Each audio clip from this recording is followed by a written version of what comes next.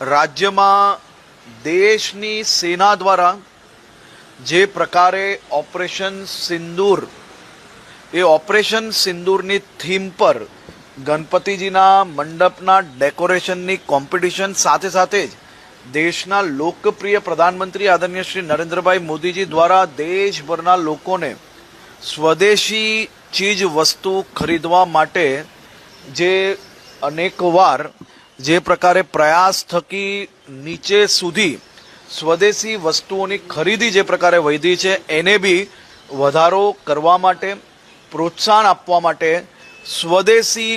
વસ્તુઓ ખરીદવાની થીમ અને ઓપરેશન સિંદૂરની થીમનું એક કોમ્પિટિશન રાખવામાં આવ્યું છે। આ કોમ્પિટિશનમાં દરેક શહેરોમાં મહાનગર દીઠ પહેલું ઇનામ પ્રાપ્ત કરનારને 5 લાખ રૂપિયાનું ઇનામ આપવામાં આવશે। બીજા નંબર પર આવનાર સંસ્થાને 3 લાખ રૂપિયાનું ઇનામ અને એ જ રીતે ત્રીજા નંબર પર આવનાર જે સંસ્થા હશે તેને 1.5 લાખ રૂપિયાનું ઇનામ આપવામાં આવશે। દરેક શહેરોમાં આ જ પ્રકારે કમિટી દ્વારા આ મંડપોના નિરીક્ષણ થશે, જેમાં સ્વચ્છતા, આસ્થા,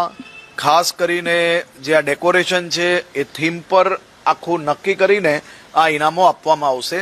શહેરો સિવાયના આખા રાજ્યમાં આ જ પ્રકારે તમામ જિલ્લાઓની અંદર બી કોમ્પિટિશન નક્કી કરવામાં આવી છે, જેમાં રાજ્યમાં પ્રથમ આવનારને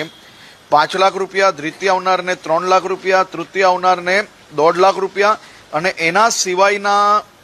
7 ગણેશ પંડાલને પ્રોત્સાહન તરીકે 1 લાખ